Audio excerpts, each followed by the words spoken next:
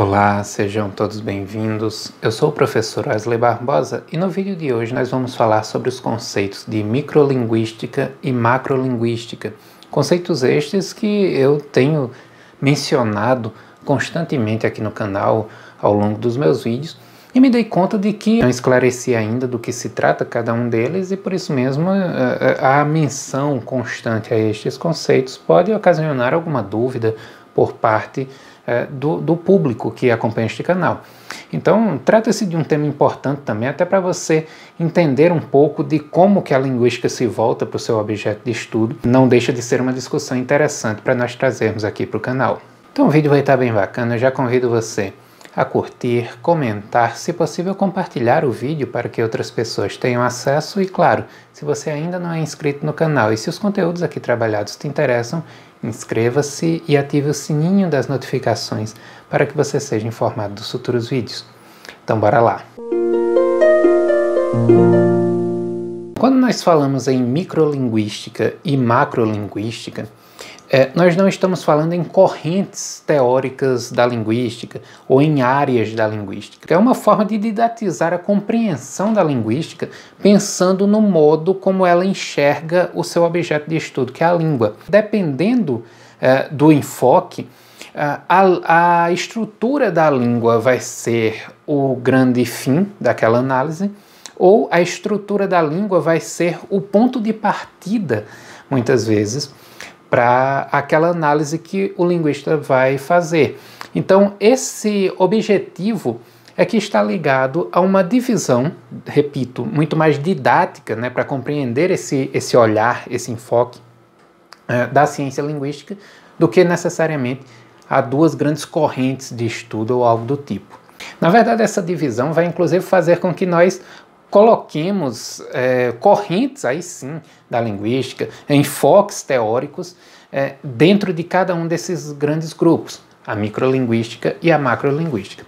É certamente uma discussão que é importante nós trazermos aqui para o canal, até porque eu dei uma pesquisada e não há ainda nenhum vídeo aqui no YouTube brasileiro tratando do tema, pelo menos em canais que aparecem aí nas pesquisas do YouTube, né? Isso já mostra, ao mesmo tempo, que o quanto, comparado aí com o espanhol e o inglês, que eu achei sim vídeos deste tema, o quanto que nós ainda temos falta de acesso a conteúdos mesmo educativos aqui no YouTube e quanto isso me enche também de responsabilidade, já que eu estou disposto a criar um grande manual online de estudos da linguagem aqui através do meu canal, o quanto isso me enche de responsabilidade. A primeira vez que eu entrei em contato com os termos microlinguística e macrolinguística foi através deste livrinho aqui, o História Concisa da Linguística, de Barbara Wedgwood.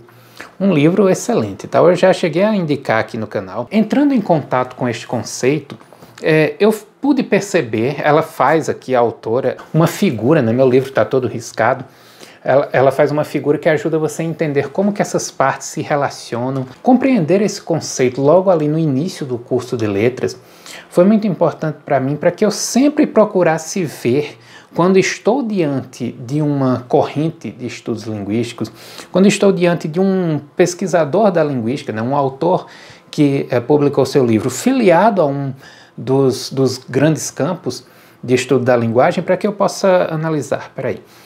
Este autor, ele tem como objetivo partir da língua para chegar a outros aspectos. Ou este autor, ele até busca outros aspectos, mas o fim dele é a estrutura linguística.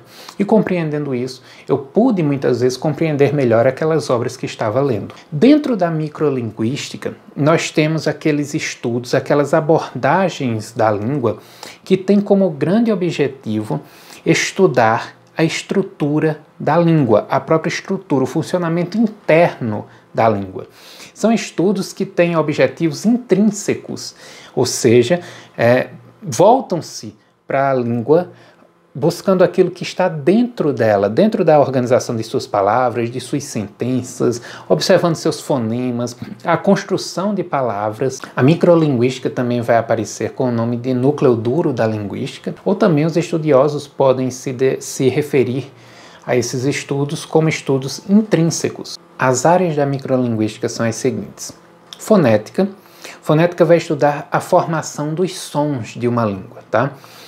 Por isso que existe a fonética articulatória, enfim. Ela vai realmente observar como que um determinado fonema é realizado, é pronunciado, é formado. É a fonética que vai determinar se uma consoante, por exemplo, ela é bilabial ou se ela é linguodental. Mas também nós temos aí a fonologia dentro da microlinguística. A fonologia, ela não vai se preocupar com a formação de todos os sons, os aspectos que estão ligados a determinado fonema e suas diferentes realizações, seus alofones, etc. A fonologia, ela vai se preocupar com um som quando ele é distintivo. Então, para facilitar a compreensão, por exemplo, nós poderíamos dizer que interessa sim a fonética a diferença de pronúncia da palavra será entre eu, por exemplo, que a pronuncio será com o E aberto, e uma pessoa do sudeste do país que provavelmente a pronunciará será com o E fechado.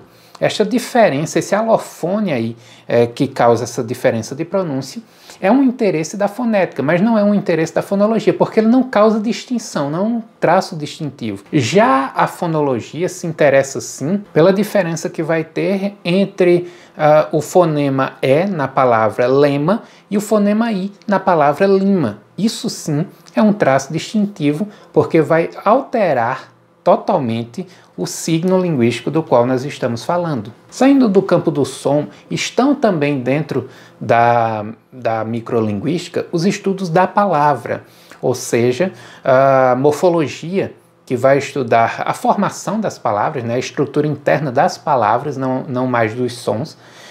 Vai estudar os morfemas, as partes constituintes das palavras, os processos de formação das palavras e o comportamento das palavras. A partir desse comportamento, a morfologia vai perceber que existem grupos de palavras que se comportam mais ou menos da mesma forma. Então, por isso, ela as divide em grupos realmente que são chamados classes de palavras. Daí que surgem os agrupamentos que nós conhecemos em substantivo, adjetivo, verbo e assim por diante. Entra também dentro da microlinguística a lexicologia, que é o estudo do vocabulário de uma língua, né? É daí que vão resultar os dicionários, os inventários de palavras de um modo geral. Além disso, a microlinguística tem também, dentro do seu escopo, a sintaxe. A sintaxe que é o estudo das palavras em sua relação com as demais, dentro de um enunciado, dentro de uma frase, dentro de um texto. É a sintaxe que vai se preocupar com a função dos termos, ou seja, este termo aqui apareceu, por exemplo, a palavra João, em João foi à escola, é um sujeito, mas dentro da expressão entreguei o livro para João, ele aí já é o núcleo de um objeto indireto. Então, observar essas ocorrências e as funções que as palavras podem ter, as palavras, os termos, os sintagmas também, tudo isso é função da sintaxe. Também está dentro do campo da microlinguística a semântica, que estuda a significação das palavras, mais especificamente dos radicais das palavras. E aí ela pode se dividir em semântica descritiva, semântica histórica. É óbvio que nenhum estudo microlinguístico sério vai se deter unicamente dentro da estrutura daquela língua, deixando de considerar os aspectos extrínsecos. Mas quando o estudioso, voltado para os objetivos de uma abordagem microlinguística, se volta para os aspectos extrínsecos, é puramente para colher elementos com os quais ele vai exercer sua análise microlinguística. É o caso, por exemplo, da fonética. A fonética ela não está sempre só voltada para o som em si. Ela vai buscar na fisiologia, ela vai buscar na acústica, enfim, em várias ciências que extrapolam o campo linguístico, os elementos com os quais ela construirá o seu arcabouço. Porém, o seu objetivo é sempre a descrição da estrutura da língua, mais especificamente no que concerne aos seus fonemas. Bem diferente é o objetivo do estudioso afiliado a uma das correntes que estão ligadas à macrolinguística. A macrolinguística, ela visa o estudo da língua em seus aspectos extrínsecos, ou seja, naquilo que extrapola a estrutura do texto, a estrutura da palavra, a estrutura do som, e vai encontrar ressonâncias em vários outros aspectos, por exemplo, os aspectos psicológicos, neurológicos, os aspectos sociais, geográficos. Dentro da macrolinguística, nós encontramos, por exemplo, a sociolinguística, que vai estudar a linguagem a partir dos aspectos sociais, que estão ligados, por exemplo, à produção de determinadas sentenças, a certos aspectos de pronúncia de palavras. Ela que vai ter um olhar mais científico para a variação linguística e vai deixar de considerar a variação linguística como um acidente apenas, mas vai entendê-la como um processo natural da língua, que não deve ser combatido, como durante muito tempo foi a opinião de alguns gramáticos, e sim que deve ser entendido e estudado. Está dentro da macrolinguística também a análise do discurso, que vai estudar a produção dos discursos e dos enunciados linguísticos dentro de um aspecto ideológico. Ela que vai desvendar o que está por trás de determinada sentença, de determinado texto, de determinado aspecto linguístico. Está também dentro da macrolinguística a linguística computacional, que vai estudar a língua dentro de um ambiente virtual. Vai estudar, por exemplo, a partir de aplicativos e ver como que aplicativos podem se ligar à utilização de uma língua, podem ser recursos, né, como, por exemplo, os corretores ortográficos, que às vezes acabam tendo uma função não tão adequada, né? Quantas vezes eu não já escrevi um texto correto, quando eu fui ver, mandei o texto, estava cheio de erros porque o corretor ortográfico tinha corrigido algumas coisas. Por exemplo, ele tem ainda muita dificuldade em reconhecer desinências, né? Então a gente escreve um texto fazendo a concordância correta no plural, ele vai e muda para o singular. Às vezes a própria conjugação verbal, né? Pretérito mais que perfeito, ele praticamente não entende o que é isso. Então é necessário, e aí a gente já vai entrar nesse ponto, é necessário que cada vez mais a linguística computacional, quando voltada à produção de aplicativos, beba lá da microlinguística, por exemplo, da morfologia, né, que possa trazer um arcabouço melhor para ampliar um pouco mais essa utilização desses aplicativos, enfim. Está também dentro da macrolinguística pragmática, que vai analisar a utilização da linguagem, né? A linguagem na prática mesmo, observando sempre os objetivos que estão ligados a essas utilizações, né? Os objetivos dos interlocutores, a situação de comunicação que vai determinar algumas utilizações especiais ali.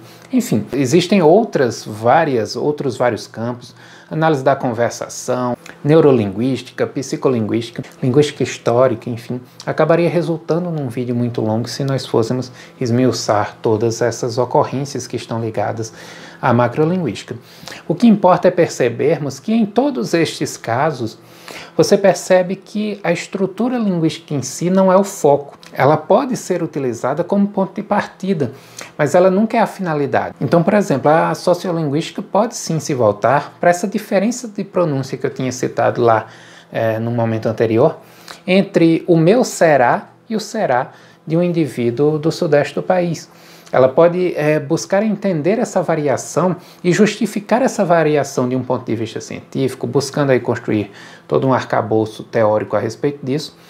E, por exemplo, anular aquela ideia idiota que durante muito tempo foi propagada aí pelo país afora, de que existia uma variação linguística melhor do que a outra, mais perfeita do que a outra. Ninguém sabe por quê. Por falta a compreensão desta ideia, obviamente, e a aceitação dela se deveu muitas vezes por uma falta de estudo científico da linguagem, algo que a sociolinguística, quando foi analisar os aspectos sociais envoltos nessas diferentes realizações linguísticas, pôde contribuir com isso e, portanto, obviamente, ajudar a romper determinadas opiniões equivocadas. Então vejam, partiu-se de um elemento fonético para se chegar a uma discussão social.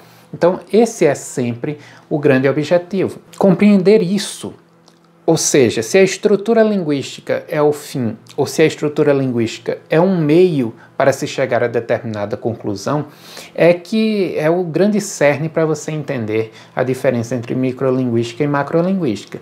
Lembrando sempre que não são áreas totalmente díspares, muito pelo contrário, elas se relacionam o tempo todo, elas contribuem o tempo todo uma com a outra, e ajudam sim a que cada pesquisador, utilizando aquilo que foi descoberto, descrito, analisado por outros de outra área, possa construir o seu próprio corpus, possa construir todo um arcabouço ali do qual ele vai se valer para realizar o seu próprio estudo, chegar às suas próprias conclusões com objetivos diferentes, né? E aí, para concluir o nosso vídeo, eu vou deixar aqui uma citação de Barbara Woodward, justamente da obra História Concisa da Linguística, que pode ser bem interessante para a compreensão final deste assunto. Ela diz que os termos microlinguística e macrolinguística ainda não se estabeleceram definitivamente e, de fato, são usados aqui por pura conveniência. Assim, claro, como deve ser a nossa abordagem. Embora, como eu já disse, não sejam âmbitos da linguística, grandes correntes de estudo linguístico, mas por conveniência, cabe muitas vezes você fazer essa distinção e compreender estas abordagens distintas para que você compreenda determinados aspectos. Aqui na minha biblioteca não apenas é uma divisão dos livros, né? Aqui, por exemplo, estão as obras de microlinguística, lá em cima estão as de macrolinguística, mas serve também para que você tenha essa compreensão geral dos diferentes métodos de abordagem, né? E que eles podem sim se encaixar em grupos diferentes de acordo com seus objetivos. E ela continua. O primeiro, ou seja, a microlinguística, se refere a uma visão mais restrita, e o segundo, a macrolinguística, a uma visão mais ampliada do escopo da linguística. Pela visão da microlinguística, as línguas devem ser analisadas em si mesmas e sem referência à sua função social, à maneira como são adquiridas pelas crianças, aos mecanismos psicológicos que subjazem à produção e recepção da fala, à função literária ou estética ou comunicativa da língua e assim por diante. Em contraste, a macrolinguística abrange todos esses aspectos da linguagem. Então ela consegue definir, num pequeno parágrafo, o que são essas duas abordagens. Uma voltada exclusivamente para a linguagem, para a sua estrutura, para o seu funcionamento, para as suas funções, para os seus sentidos, e a outra buscando sempre entender tudo isso aqui a partir de outros vários aspectos. Nunca uma se desvencilha totalmente da outra num estudo sério da linguagem, mas também sempre elas mantêm sua independência. Então é isso.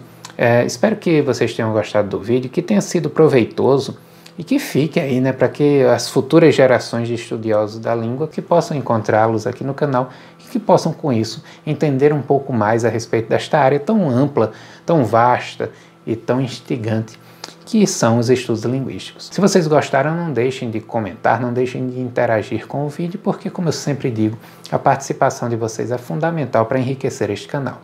Muito obrigado pela audiência e até o próximo vídeo.